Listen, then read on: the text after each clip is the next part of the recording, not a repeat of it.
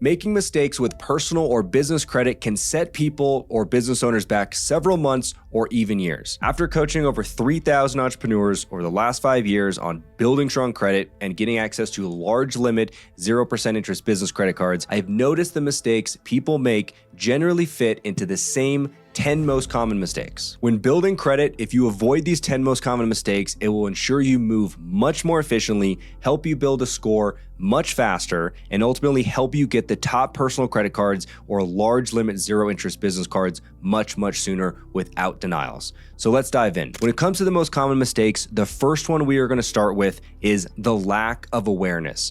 I see this time and time again when people don't know exactly what their personal credit profile looks like. So not knowing your credit profile, the limits, the utilization, the number of hard inquiries before applying for cards can lead to denials and missed opportunities. Always review your credit report and know your numbers before making any credit decisions. So what that means is you want to be looking at your credit report right before you submit a credit application, because when you submit a credit application, the bank is going to look at your credit report. So if it was me, I want to know exactly what the bank is going to see right when I click submit. So I have my credit report up, I'm looking at my credit score, I'm looking at my utilization, of course, my payment history, all the things on my credit report. I want to know exactly where I stand. I want to be completely aware of my credit profile before submitting credit applications. A lot of people think, I checked my credit report last month or last week or a couple months ago, maybe nothing's changed. It's true, maybe nothing has changed, but there's generally a good chance that something has changed. Maybe one of your balances increased. Maybe there's a new account reporting on your credit profile that brought your score down. Maybe you just got a brand new late payment. Hopefully not. But I always look at my credit report before submitting any credit applications. Number 2, not meeting the card approval requirements. So a lot of people will apply for things prematurely. So applying for cards without meeting requirements, like having too many hard inquiries or having high utilization, these things will often lead to denials. I would aim for 2 or fewer inquiries per bureau, keep the utilization below 30%. Higher tier cards require higher tier scores and stronger credit profiles. So a lot of people won't do proper personal credit optimization before moving on to 0% interest business credit cards or even some of the top personal credit cards. You need to be dialed in and perfectly optimized on your personal credit in order to get the best approvals on top personal cards or good limits or even approvals on zero interest business credit cards. So applying prematurely will often lead to denials or low limits. You want to be making sure you optimize everything strategically, watch all the videos on this channel, know how to optimize your profile, and actually follow those instructions to optimize it and make sure you are as attractive as possible to the underwriters. Number 3 is going to be no bank relationship. So applying for business or premium cards without an existing relationship with the bank reduces your approval odds. So do things like open a checking account at that bank or start with an entry-level card to build trust with the bank. So couple tangible examples here is if you're trying to build a banking relationship at Chase, you want to be opening up maybe a personal checking account and maybe even a business checking account if you have a business already and your goal is zero interest business credit. I would highly recommend open up a business checking account and start building that banking relationship. If you're trying to build a relationship at American Express, for example, or even other banks, it's really good idea to get one of their more entry-level cards first. I'd recommend to do that at Chase, like the Chase Freedom Unlimited is an entry-level card, or on the American Express side, like the American Express Business Gold Card. If you're trying to get 0% interest business cards from American Express by starting with an Amex Business Gold Card, it's a great way to build that relationship before trying to get the zero interest business credit cards. So going in with no bank relationship can often lead to denials and waste a lot of your time and set yourself back several months, if not a year, depending on what goes on in those efforts. If you're applying many times, it's gonna really set you back. Number 4 is applying for non-tier 1 and tier 2 credit cards, okay? One of the best ways to build strong personal credit is to apply for the top tier cards and avoid credit union or retail store accounts. So like Cabela's, Victoria's Secret, Sephora, Walmart, all those store cards you want to completely avoid. You want to focus on the tier 1 cards. These are credit cards from Chase, Bank of America, Citi, and Wells Fargo. Capital One I'd throw up there pretty high. I really want to focus on those first four. American Express is up there, but just not technically a tier 1 account. So it is tier 2. You want to focus on the tier 1 and tier 2 accounts. Again, focus on Chase, Bank of America, Citi's good, and Wells Fargo. I'd really prioritize Chase number 1 and Wells Fargo being number 2, because those are the banks that Bank of America, has 0% interest business credit cards. Citi is the 4th of the tier 1. They don't have 0% cards, but it is a tier 1 account and it looks good on your profile. So the more attractive your credit profile can be, the easier it becomes to getting access to the top personal credit cards or the 0 interest business credit cards. So number 5 is going to be inaccurate or inconsistent credit application information. So always provide accurate and consistent information. This is your name, social security number, your income, your rent, etc. on the applications. And when it comes to the numbers, be realistic, but I like to be optimistic with stated income, as higher stated income can increase your approval and your credit limits. If you look close on the application, you'll see what are you reasonably expected to make this year. I like to be optimistic. I'm of course going to be making more money this year than I did last year. So what am I reasonably expected to make? Thing to consider is you want to be sure that the information you're using on the credit applications, that you remember what you include on the application. Because if you have to get on a phone call with that bank, part of maybe your application goes pending, etc., they might ask you again. So if your stated income was, for example, $150,000, and you put that in the application, and then you have to call the bank and go through a pending application process, and like, what's your stated income? And then you say 75,000. If the numbers are different from your application to what you give them a second time on a phone call, that's inconsistent information and could set you back. If your rent numbers are inconsistent, it could set you back. So what I like to do right before I'm submitting an application, I like to take a screenshot of the application and put it in a folder and put Citi application or whatever it is, so I know exactly what I included on that application in case I have to let them know again in the future. Number 6 is going to be applying for too many credit cards too quickly. Opening multiple personal credit cards in a short period of time looks risky to banks. So you want to limit one new personal credit card every 2 months and keep new accounts in the last 6 months to 2 or fewer, okay? Business credit cards don't report to personal credit, so you can apply for several at once. So you can apply for several business credit cards at once if you're ready. But when it comes to personal credit cards, I personally would never exceed applying for more than 2 personal credit cards in a 6-month window.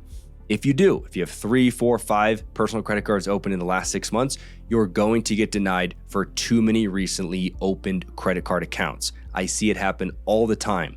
And this is another reason why you want to be very strategic about the personal credit cards you're applying for, because if you apply for too many too quickly, you're going to get denied for the next, okay? It happens all the time. So don't apply for too many credit cards too quickly, unless they're business credit cards. And in my mentorship program, Credit Stacking, I help people specifically apply for between 6 and 8 business credit cards in a very short period of time. And the strategy that you need to have in order to do that. But when it comes to personal credit cards, 1 to 2 every 6 months, never more. Number 7 mistake, not applying for high limit personal credit cards.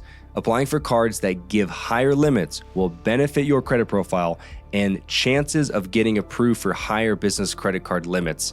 If you have higher personal credit card limits, it helps you get higher business credit card limits. So getting approved for small limits on personal cards does not look good on your profile. So if you're applying for credit cards that are not known to give high limits, you're going to get a small limit. And if you get small limits on personal credit cards, you're going to get small limits on the business credit cards. So I like to focus on the high limit cards. 2 of my favorite high limit personal cards is the Chase Freedom Unlimited and the Chase Sapphire Reserve and the Sapphire Preferred. Those are 3 right there. The Bilt card is another good high limit personal credit card, and also the Expedia One Key card underwritten by Wells Fargo. That's a hidden gem. That is a good high limit personal credit card. Moving forward, number 8, not requesting credit line increases. So many banks allow you to request higher limits with only a soft credit pull. This is a soft inquiry. It means they're not going to give you a hard inquiry on your credit profile for requesting the credit line increase. So use your card responsibly and then ask for a 3x increase after a few billing cycles to boost your limits and future approval odds. So say, for example, you get a card at American Express or Bank of America or even Chase. You want to spend on the card for a few billing cycles, maybe 2 months, 3 months. Sometimes American Express requires you to spend on it for 90 days before a credit line increase. But you want to spend on it for a few months responsibly, not above your means. And then after that, you can call the number on the back of the card and ask for a credit line increase. If your limit was 10K, maybe if your spending was pretty good on it, you can request a limit of 30K or 20K.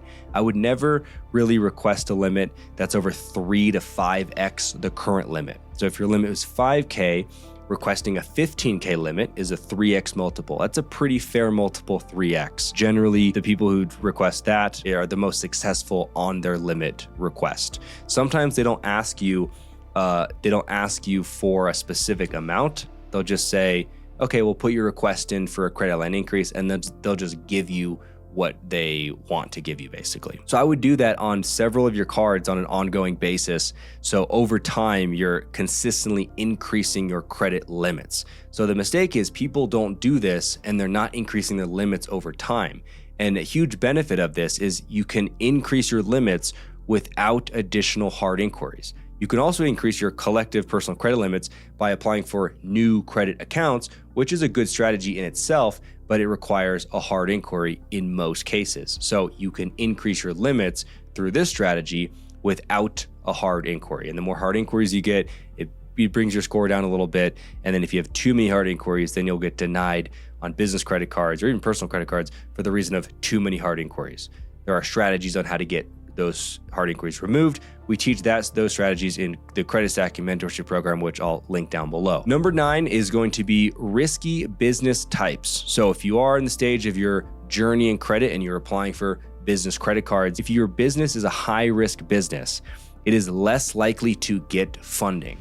So consider starting a lower risk business like e-commerce, marketing agency, consulting for better approval odds, and use those funds for the other ventures if needed. You can also always loan the money over or just use the credit card on the different business because you're personally guaranteeing it. You don't have to use the business credit card on the entity that you are approved for. So if you have a higher risk business like construction or real estate investing, fix and flips, banks don't like to give funding to those types of business models. So if you have a lower risk entity, you can get approved for the business credit cards over here. Once you have the cards, you can then use the cards for the other entities. And you can do that because you're personally guaranteeing the debt. That's just how the business credit cards work. Number 10 common mistake is closing credit cards, specifically closing personal credit cards because it decreases your history, okay? So avoid closing cards as it shortens your credit history and can hurt your score, and it can specifically hurt your average age, which is a very important metric of your personal credit profile. So if you want to avoid the annual fees, you can ask to downgrade the card instead. You can downgrade the card to a free version or downgrade the card to a less expensive version of the card. So that is the top 10 mistakes I see in credit. If that was valuable to you, comment down below and maybe I'll do a part 2 of 10 additional mistakes I see in credit. I do notice when people make a lot less mistakes in credit, they'll see just a lot more success in terms of being more efficient on their efforts. They get approved for more cards, they get more sign-up bonuses, they get approved for 0% interest business credit cards with higher limits, which of course, if you have a business, that is absolutely next level to do. If you are serious on your journey in credit and you want to join my mentorship program where I teach thousands of entrepreneurs just like yourself to help you build strong credit that is very attractive to the underwriters and give you a full roadmap and blueprint on how exactly to submit applications, 0% business card applications to get maximum limits like $50,000 limits, $75,000 limits on 0 interest business credit cards, 0% interest for 12 months. If you want to learn exactly how to do that, we have some very high level trainings and coaching calls and a private community in the credit stacking group for only a small monthly membership fee. If you're interested in that, click the link right down below, creditstacking.com. If you want to watch more YouTube videos, I highly encourage you, go over here or over here to watch more YouTube videos. We have more videos coming out next week and we are looking forward to that. If you're getting value from this page, would much appreciate it if you subscribe, like this video, and we have a bunch more great value on the way. I'll see you in the next.